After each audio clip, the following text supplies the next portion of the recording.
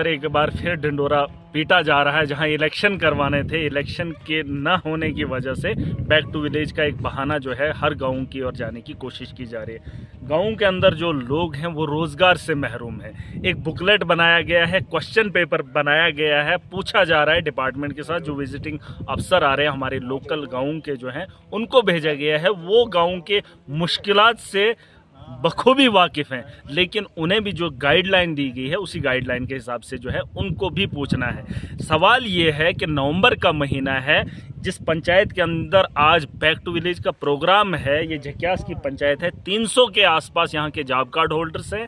नवंबर का महीना है, लोगों को रोज़गार नहीं मिल रहा है। सिर्फ 7 लोगों का बताया जा रहा है कि 7 लोगों को मनरेगा के तहत रोज़गार मिल रहा है। अगर आप बात करेंगे बैक टू विलेज 1 की 2 की, वो एक बेहतर स्टेप था क्योंकि उसमें बजट भी सरकार अलग से दे रही थी। लोगों के छोटे छोटे कामों को किया जाता था, लोग भी खुश थे।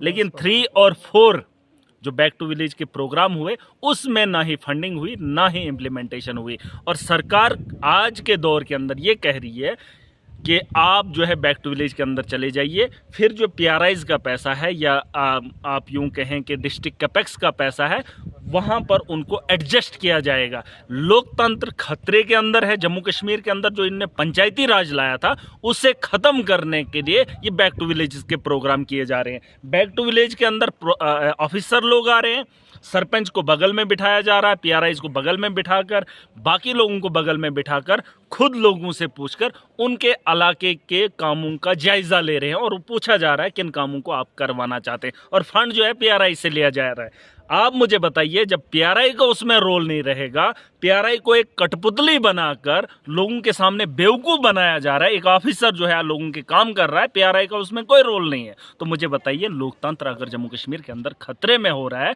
तो बहुत बड़ा सवाल है। लोगों को इसके बारे में सोचना होगा। फिर लोगों ने वोट देकर लोगों को क्यों चुना था? अगर आपने सच में सरकार ने कोई मुहिम उठाई है तो होगा जिस तरीके से आपने B1 और B2 में किया था। सवाल यही है, एक किस्म का माहौल ख़राब किया जा रहा है, लोगों को बेवकूफ़ बनाया जा रहा है। हम इसकी सख्त और कड़े लफ्ज़ों में विलेज के बहाने लोगों को बेवकूफ़ बनाया जा रहा है। अभी भी मैं देख रहा हूँ लोग नहीं आए। सवाल यही है, लोगों को रोज़गार नहीं मिल रहा है। इनकी बुकलेट में उसमें बताया गया है कॉलम में कि ओल्ड एज को पेंशन कितने लोगों को मिली है। यही सवाल मैं कई दिनों से पूछ रहा हूँ, कई सालों से पूछ रहा हूँ। 2-2 साल हो गए हमारे बुजुर्गों को पेंशन नहीं दे पा रहे। और चलो गाँव की ओर, गाँव के अंदर आप किस माहौल को देखना चाहते हैं? जो माहौल हम हर रोज़ दिखाते हैं। हमारे स्कूलों का हुलिया बैक टू विलेज 5 तक ठीक नहीं हो पाया और ये बात कर रहे हैं हम गाँव की ओर जाएंगे। गाँव की ओर जाने से पहले आपको 100 बार सोचना होगा। LG मनोज सिन्हा को बता दो, RDD के जो मुलाजमीन है उन तक बात पहुंचा दो। हमारे लोग रोजगार से भी जूझ रहे हैं। जिस मनरेगा के नाम पे पूरी दुनिया को ढिंढोरा पीटा जाता है, दुनिया की सबसे बड़ी स्कीम बताया जाता है, महरूम है। मटेरियल के नाम पे धांधलियां हो रही हैं, उन पर सवाल नहीं हो रहे हैं। एक कॉन्ट्रैक्टर को ठेका दे रखा है ब्लॉक का, लेकिन वो भी मटेरियल नहीं डाल रहा है। लोगों को रोजगार नहीं है।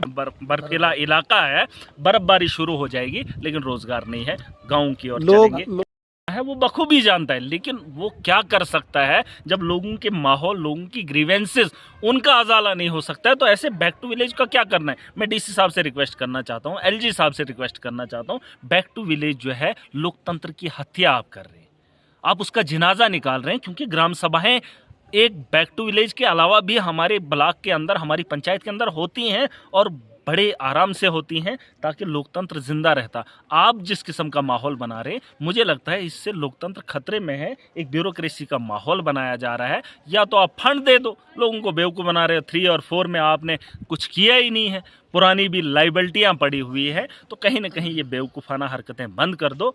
बजट अलग से लाओ, 1-1 करोड़ जो है पंचायत के लिए अलग से बैक टू विलेज के थ्रू जो है लाना शुरू करो, ताकि लोगों का अजाला हो जाएगा। वरना आप उम्मीद करेंगे पीआरआई से पैसा लेके उनको जो है नीचा दिखाने की कोशिश हो रही है। ये कहीं ना कहीं ज़्यादती है और इस ज़्यादती को हम नहीं देख सकते हैं। गाँव की ओर जाने से पहले गाँव के रोज़गार के बारे में सोचो, गाँव के नौजवानों के बारे में सोचो। वहाँ उन लोगों को राहत आपसे मिली है या नहीं मिली है? हमारे यहाँ सब डिवीज़न थी, सब डिवीज़न को उठाकर कहीं और फेंक दिया है। आज भी 4 महीने से हमारे मुलाजमों को तनख्वाह नहीं मिल रही है। तो किन गाँव की ओर आप जाना चाहते हैं? बहुत सारे सवाल हैं, सवालों का अंबार है। करप्शन की भरमार है, सड़कों की खस्ता हालत है, स्कूलों का हुलिया ठीक नहीं है। अभी आप देख रहे हैं पंचायत घर के अंदर हमारे बच्चे पढ़ रहे हैं। तो ये किस निज़ाम की बेहतरी की बात कर रहे हैं? निज़ाम ठप है। सिस्टम को बदलने के लिए आपको नई पॉलिसीज़ लानी पड़ेगी, पैसा लाना पड़ेगा। ढिंढोरा नहीं पीटना है। अभी हमारे डिस्ट्रिक्ट के अंदर